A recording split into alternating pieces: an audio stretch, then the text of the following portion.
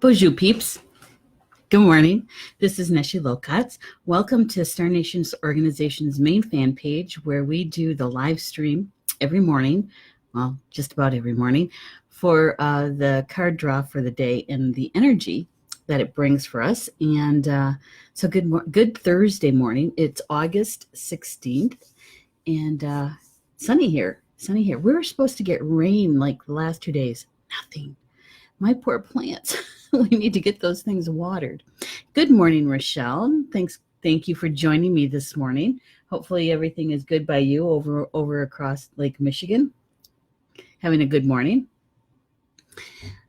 I have a fruit smoothie this morning. It just got delivered. Paul's up and getting things done this morning. He brought one down for me. It's not too bad.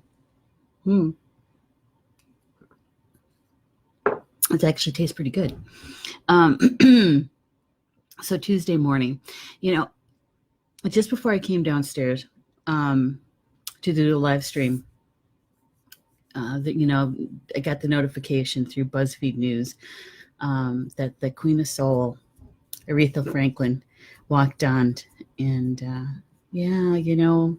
76 years old, but she gave so much to all of us through her music. There's so many of her songs that I just love. Respect, of course, is the number one that I always think of when I hear her name. But I did share one on my page. I think it was "Say a Little Prayer for Me." It just seemed to fit this morning. So Rochelle saying she's got water. Yay! Good for you, Rochelle. That's good stuff. That's good to know.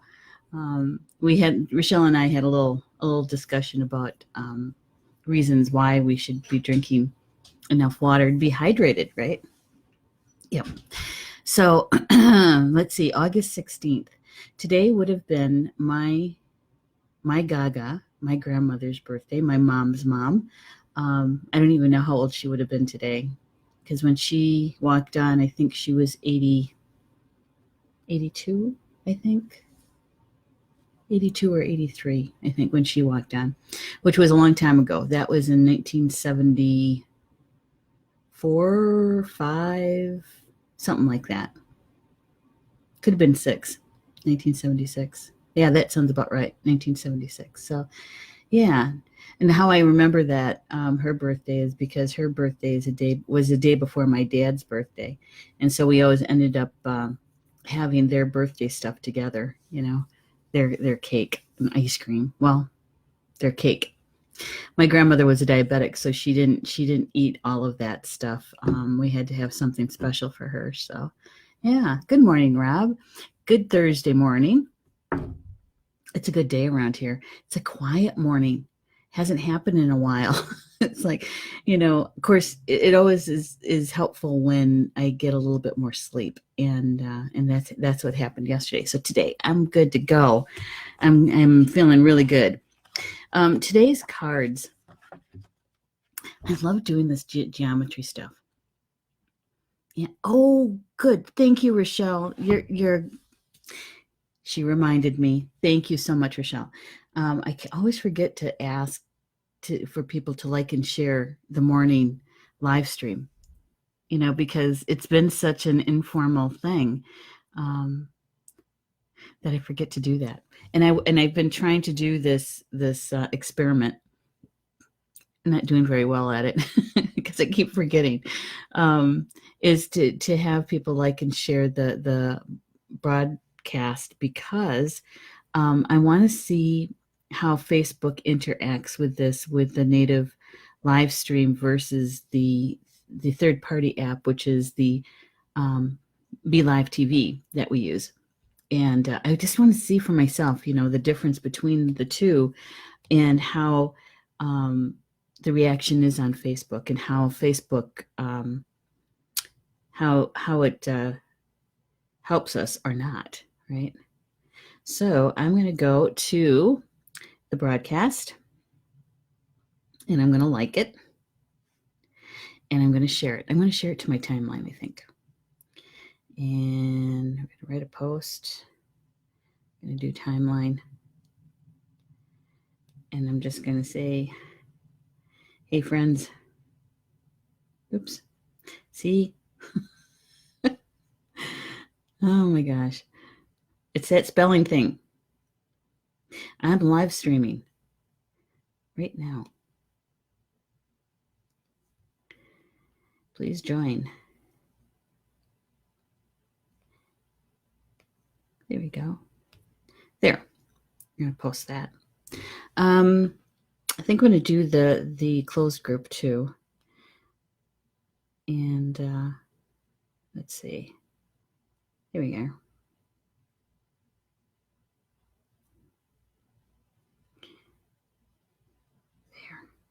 Here we go. Excellent. Doesn't take that long to do. Like I said, it's just that it's hitting the right keys. So this morning's card draw can make me smile because it's one of my favorite pieces of art. And this, it's Leonardo da Vinci's Vitruvious Man. Don't want to get too much of a glare on that for you. There we go. Vitruvious Man. Many of you will recognize this image because I tell you what, if you've even ever taken any kind of art classes at all, eventually you'll get to see this image, this picture of Leonardo da Vinci's drawing of Vitruvious Man, right? And so actually there is this, I read someplace, and I don't remember where it was, it's a few years ago, that they had some evidence that it's possible that he didn't even draw that it was a student of his that drew it. Who knows? It's still pretty good. This Vitruvious Man, this picture, Leonardo da Vinci was showing us the divine proportions of the human body, okay, and the sacred geometry. He was using the measurements proving phi and divine proportions. So, for instance, our body is in proportion to the golden mean, right? And it said that, I think it's from your wrist to your elbow is the length of your foot. I think that's all that is. Yeah, something like that. And the width of your eye is the width of between your eyes, approximately. And so our bodies are in a certain proportion, a geometrical, sacred geometry proportion. And the card that Francine shares with us, she gives the essence or the energy. She calls it Divinity of Humankind. Divinity of Humankind. With the divine proportions, there's a divine proportion where it's perfect, right? And it has a distinct beginning, but no distinct end. It can go on forever, infinity, in a divine proportion.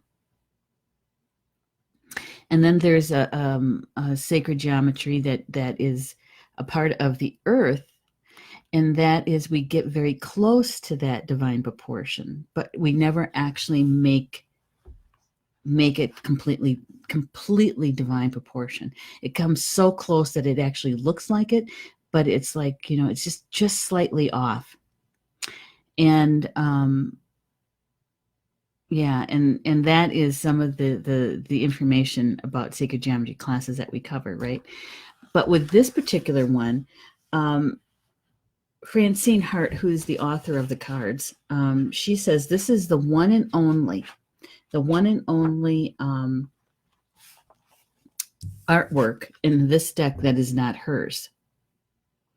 She says she includes it because virtually everyone studying sacred geometry sees it as a key to unlocking a cosmic code about our humanness. Da Vinci's drawing contains the entire system of sacred geometry, including the golden proportions of phi. The mechanics of the human energy field, the Merkaba, can also be extracted from this drawing. Right? Okay. So, yeah, you're right. You're right, Rob. He says it's like the descending minor third. It's everywhere. Exactly. It is absolutely everywhere. And I was looking at some of the pictures from one of our new contributing writers, Karen Geraldine. Her column is called Earth Energies, and she teaches about Earth energies, and she also teaches about sacred geometry. And some of the pictures that she shares on Instagram and also on Facebook shows divine proportion in so many places that we don't even think about because we see it every single day. In architecture, it's everywhere. It's everywhere. And in plants and animals, it's everywhere, as Rob says. Let me show you where the Merkaba is here. Is you can see he's got lines that are drawn here. There's one across the shoulders, and there's one across his abdomen, a little bit lower, near his sacral, right? And those are the divine proportions. Remember where those triangles, the tetrahedrons, where they overlap, and also the circle that's around the Vitruvian man is actually in Awakening Illuminated Heart, we call that Leonardo's sphere. And literally, we have this sphere around us of a brilliant light. And Leonardo's drawing, he captures that. Because, as you can see, that his hands touch the radius across the circle, right? And then there's a square. I don't know if you can see the lines. There's a square, and his arms are touching actually the square as well. So yeah, it's a, if you can go and Google Vitruvious Man or Leonardo da Vinci's drawings and just really take a look, study this one. Even if you don't know anything about sacred geometry, if you just look at the picture, you're going to be seeing the divine proportions where he has the lines drawn to figure out the length of the arms and the legs and the torso. It's all in divine proportion. Yeah. I should try to find one. Maybe I'll do that, and I can post it for us, okay? Yeah. Hi, Cindy Lynn. It's a triple fours, triple ones. I'm sorry, a triple one morning, huh? So, do you study numerology, Cindy? If you do you have the meaning of the triple fours? And if you can give us a resource for that, that would really be nice. There's a couple of different theories, a couple of different ways of interpreting the numerology. Yeah. In numerology, of course, that could be double master numbers, right? 11s. And 11s are mastering the physical world where we're at right now. Ones are the beginning, and it's also starting the flow. When you look at triple or quadruple numbers, especially the ones, that is the flow of energy. It's telling you that it's a gentle flow, constant flow of energy that's occurring. Yeah. Jane says it's hidden in plain sight. Yes, it is. Sacred geometry? Yes, it is. It's everywhere. And when you first start studying it, it's like, there it is, there it is, there it is. It literally is everywhere. All right. Let me tell you a little bit more about what Francine has to share about this. She says that this card indicates you're in search of an ideal. Perfection, though elusive, remains your quest. Beyond simple perfection, you seek universal truths and their relationship to your present life situation. She says that sacred geometry demonstrates the ideal existence at all levels while allowing infinite variety in form, learning to accept the perfection in all things, including yourself, and the truth of absolute perfection in every moment is the message of this card. All right, I'm going to say that again because I think it's pretty cool. All right. She says that sacred geometry demonstrates that the ideal exists at all levels while allowing infinite variety in form, learning to accept the perfection in all things, including yourself, and the truth of absolute perfection in every moment is the message of this card. Acceptance. Acceptance and seeing the perfection in every moment, in everything. She says, opening to this concept and releasing judgment about perceived imperfections in yourself and others will free you to enjoy greater joy and satisfaction in living. So it's about that perfection. Yeah. How many of you grew up with a perfectionist? Have an experience with a perfectionist, whether it's a parent, spouse, friend, or maybe even yourself? Okay. Cindy Lynn says, yes, I do. She studies numerology a bit.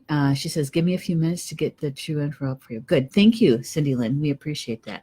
Of course, we'll give you the time. We want to learn that. We want to learn what you have. So in perfectionism,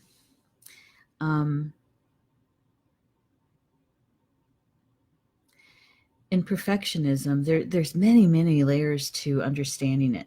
And why some people are like, have that trait, have that in their personality. Some of it is learned from a parent, somebody who had a lot of influence in setting the belief systems.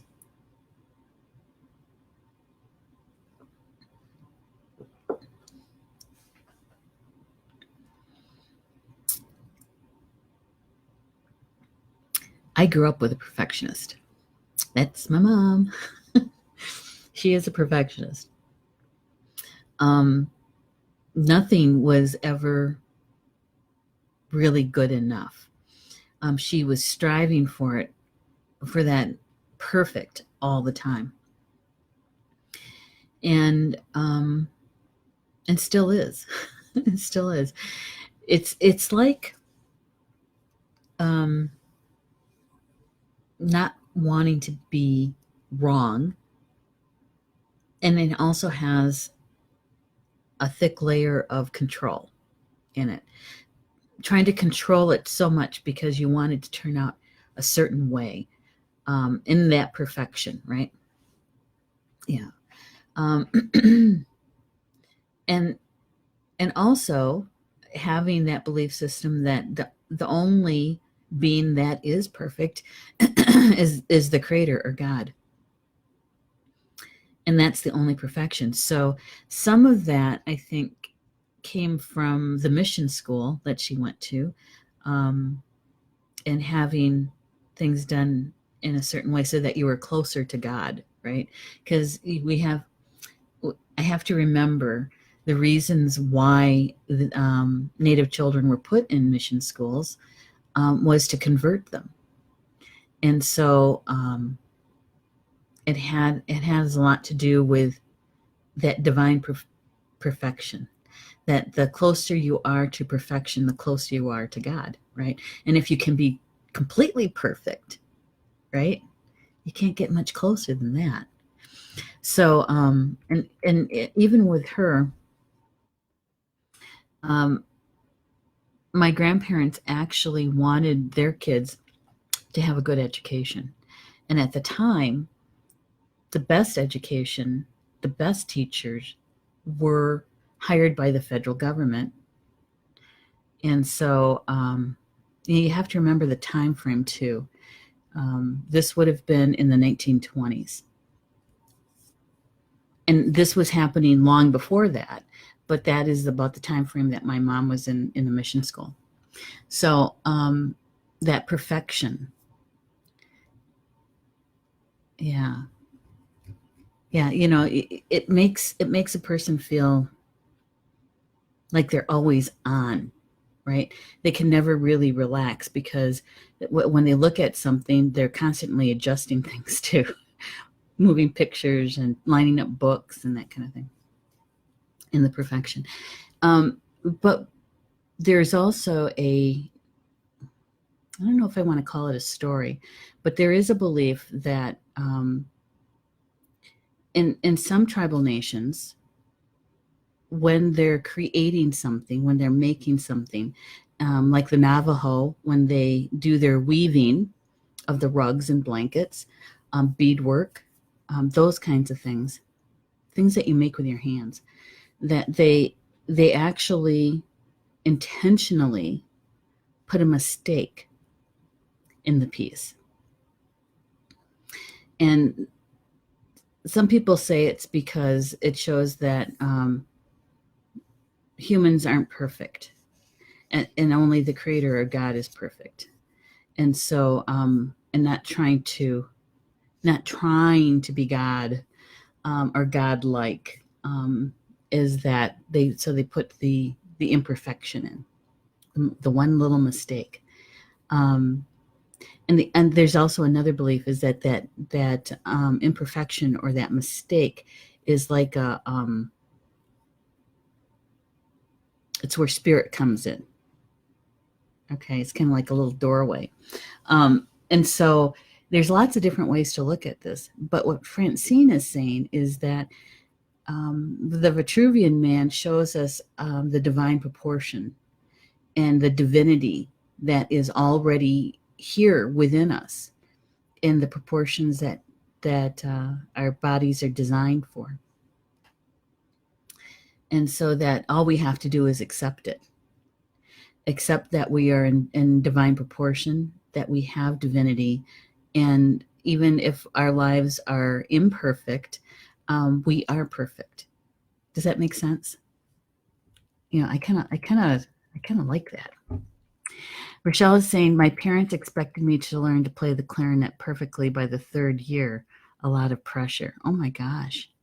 That is a lot of pressure. Rob says, trying to get close to the God of the mission schools, talk about chaotic. I know, exactly. There is such a convoluted, almost hypocritical, it defies an understanding, a logical understanding of it. Yeah. Cindy Lynn says, triple fours, protection of the universe and spiritual guides protect you. Pay attention to your thoughts and the environment when you see numbers. Yeah, triple fours. Yeah, could you also give us the resource, please? Because it's kind of like the medicine wheel. There's many different ways of interpreting the meanings, and so if people are looking for where the information comes from and how it resonates with them, right?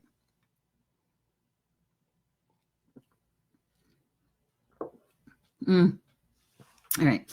So the fours, from a native standpoint, 4 is a very sacred number. The 4 directions, the 4 bodies, the 4 elements. And so number 4 is very important. In the Chinese feng shui, 4 is not a very auspicious number because in their language, 4 sounds a lot like the word death. The word for 4 sounds a lot like the word for death.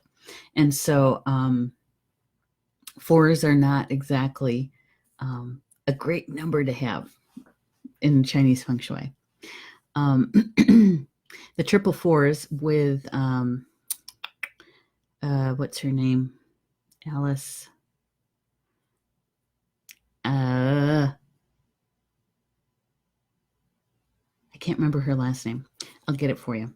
Another numerologist at the turn of the century, and she did triple numbers. And triple 4s is about studying. It's about school. It's about the mystery school in the earth plane. Yeah, something like that. So yeah, that's great. Thank you, Cindy Lynn, for sharing that. Okay. She says that's just one of the many definitions. All have different wording, but same meaning. Okay. Jameson, I like this idea too. Perfectly imperfect. Exactly. Rob is going almost. You mean like the being hypocritical, almost hypocritical? Yeah. Yeah. There's a lot to that mission school stuff. Oh, and Cindy Lynn is saying that she got that information from During Virtues book. Okay. Alice Bailey. Thank you, Rob. Thank you. I was having a menopausal moment. I knew it was right there. Alice Bailey. And that is one of my favorite numerologists, Alice Bailey. And the other one is D-Cause, as I get a lot of my information from him and for numerology. All right, so now remember that first card that we get for this card draw is on the right.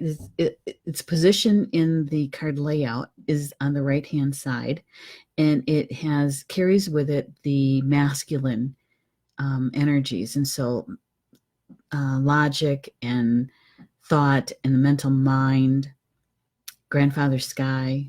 Okay, so the Vitruvian man, the meaning behind it, we're bringing it in through our mental mind, our mental body, which kind of fits, you know?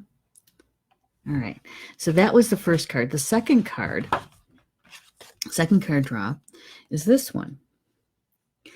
High tide. High tide. And when I first saw this, I thought, well, what what has this got to do with sacred geometry? Because when you look at it, yes, it does look like waves coming in, right? And down at the very, very bottom, there is a person.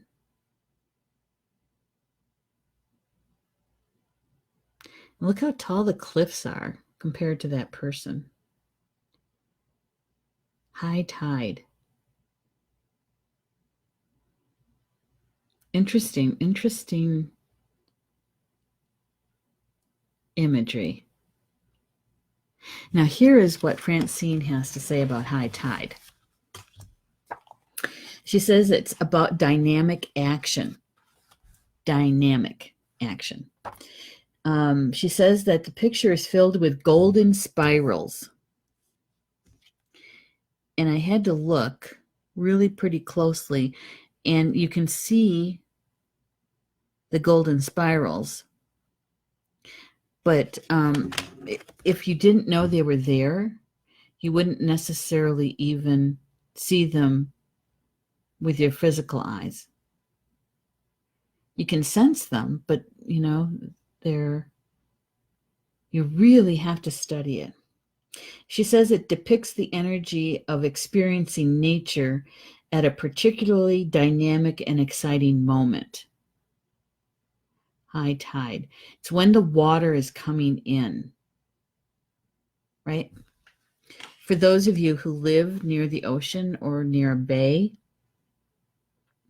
and you know when the tide is coming in, and how high the water can get, because when the tide goes out and you have that big beach area, and it's kind of mucky. Actually, it's kind of hard to walk through there.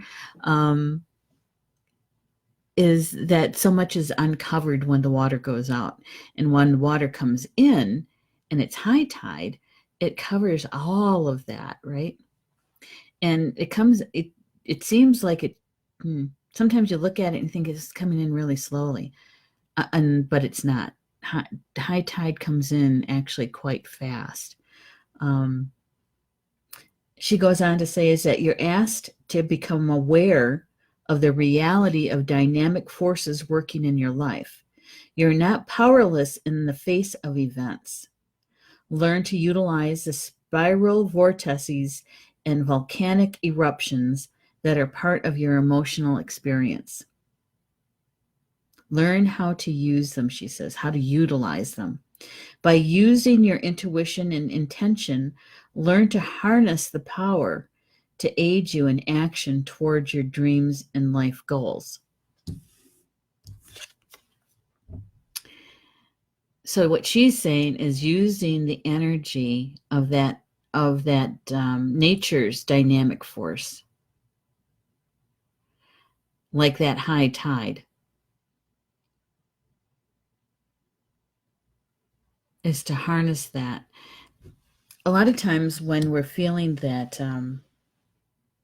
what does she call it? She calls it the volcanic eruptions that are a part of your emotional experience. In other words, when those times when you're just in, um, you're going through those events, those crises, it's like, um, and sometimes those shocking moments, is learning how to recognize what that emotion is as it's coming in, right? The high tide, and learning how to utilize that in a positive way, using that to help you to as the dynamic force, um, to help you move forward. And sometimes it takes us a little bit of time to do that, especially when you're just going through. Hey, Elise. Going through an event, especially at the beginning, you're so caught up in what just happened and trying to get your balance. It's after you get your balance back is to utilize that emotion that it brought up, that it triggered, and moving you forward. In other words, it helps you to affirm your resolve to move forward, and to put a plan into action.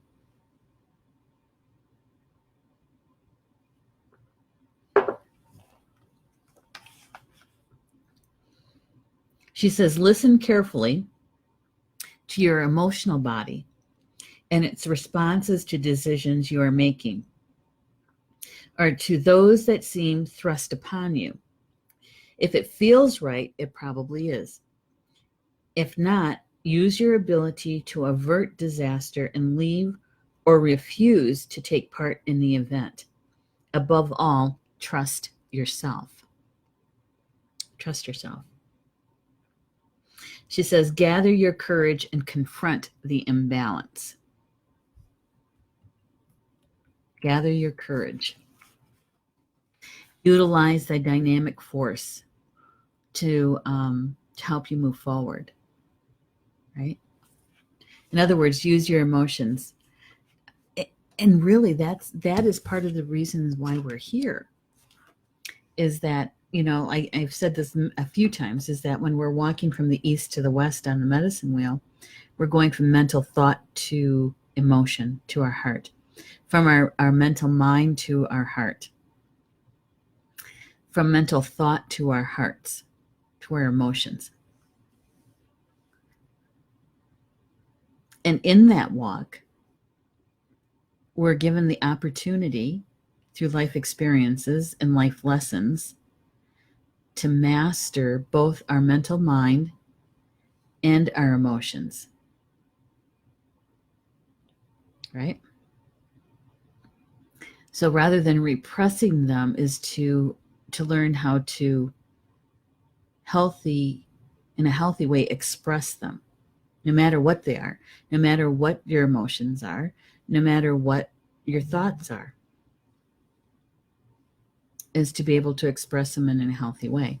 And sometimes we have to give ourselves a moment, a moment to kind of pull ourselves together and say, okay, if I say that out loud, what are the consequences? If I feel that out loud, what are the consequences, right?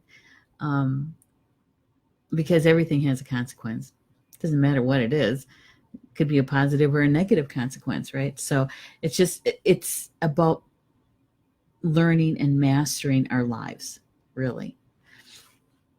And so that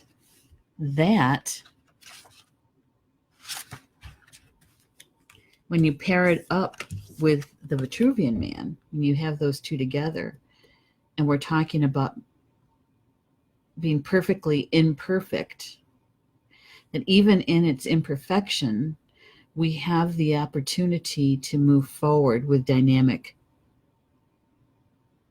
force. Even though we might be going through one of those emotional events in our lives, it's in the moment, even when it's not, doesn't feel good, it's very uncomfortable. It's either got you very, very afraid or very angry. That everything is in divine timing and divine proportion.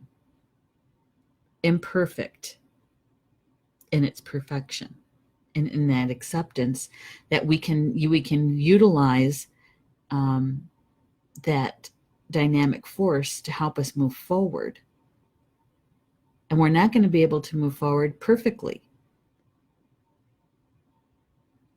That there will be some imperfection to it. And that's okay. We're perfectly imperfect. Interesting. One of the other things that that Francine wrote about the Vitruvious Man, and she says, open your heart and your soul to the beauty in all things in every moment. Open your heart and soul to the beauty in all things in every moment. Because everything, you know, if you believe that everything has a consciousness, everything has a life force in it, a spark in it. And that spark comes from the Creator. And so everything has a bit of the Creator in it. If not, the whole thing has Creator in it.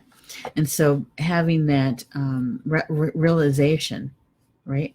You're realizing, you're accepting, you're acknowledging that all things are beautiful in all the moments that you have, all the time. Even in those times when you think, what the heck is going on? Why? Hi, Elise. Yeah, she says, sorry I'm late. You're not late. You're right on time. You're here just to hear exactly what you're meant to hear or feel. So, and I'm sorry you're not feeling well. You know, that sucks, doesn't it? Cindy Lynn says, sorry you aren't feeling well. I feel the same here. Gentle hugs and prayers for you. Aw, definitely. So open your heart and soul to the beauty in all things in every moment. I know sometimes we can't see those beautiful things, but they're there. They're there. Yeah, I think that's what that is about today. How it feels to me anyway, is that, you know, that we have the divinity of humankind, that we are divine in our proportions. We're divine. We're sacred. We're sacred geometry, living sacred geometry. And with the other one, the high tide is about dynamic force. It's about taking our the emotions the emotions and mastering both the emotions and the thought. So putting the emotion behind the plan, moving it forward. And that even though we're not perfect, we can do that, right? Right. Yeah. I don't know. How do you guys feel about that? These two.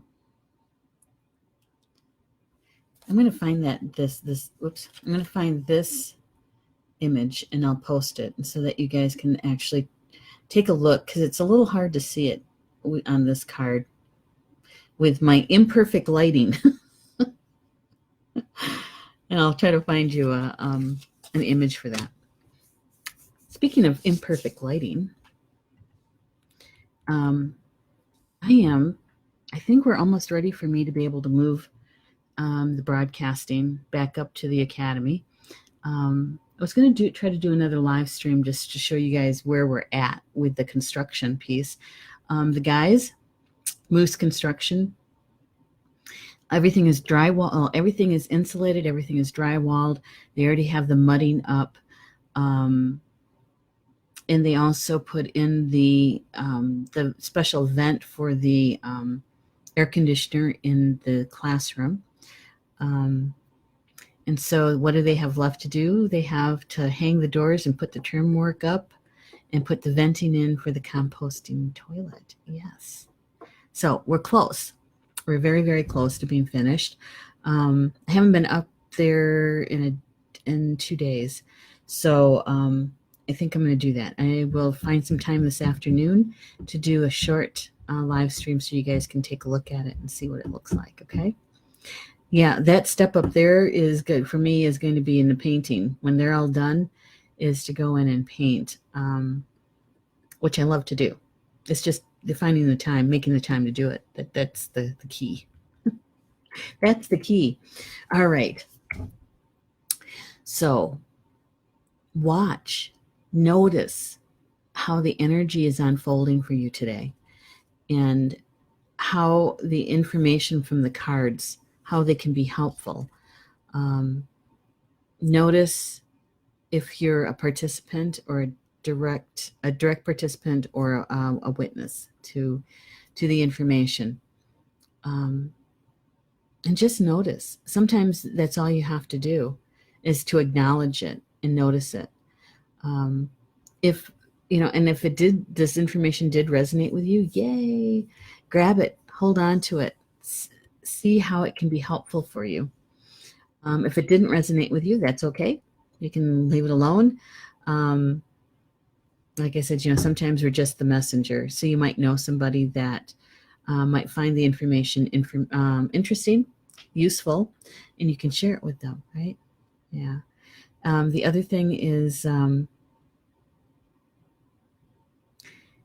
is just to be watchful, to be aware of your environment and how energy is flowing to you, through you, and around you. And watch those synchronicities, like Cindy Lynn's numbers, that kind of stuff, or the animals, right, when they show up in your life. So enjoy the rest of your Thursday. Please join Minnie and I this evening at 8 p.m. Eastern Time for Nature Adventures. We're going to be sharing about Ireland, the Emerald Isle, also known as the land of Iru, or the land of Danu. And we're going to be sharing about the sacredness of the land when we have participated in ceremony, or when we have led ceremony on the land of Iru. So we've got some gorgeous pictures to share. So if you have time and you'd love to join us, we would like to see you in the chat room and have you with us. So maybe we'll see you later tonight, huh? All right. So with that, Bama Mina, that means in Potawatomi, until we see each other again, like tomorrow morning. All right? Okay. Enjoy the rest of your day. Love you guys.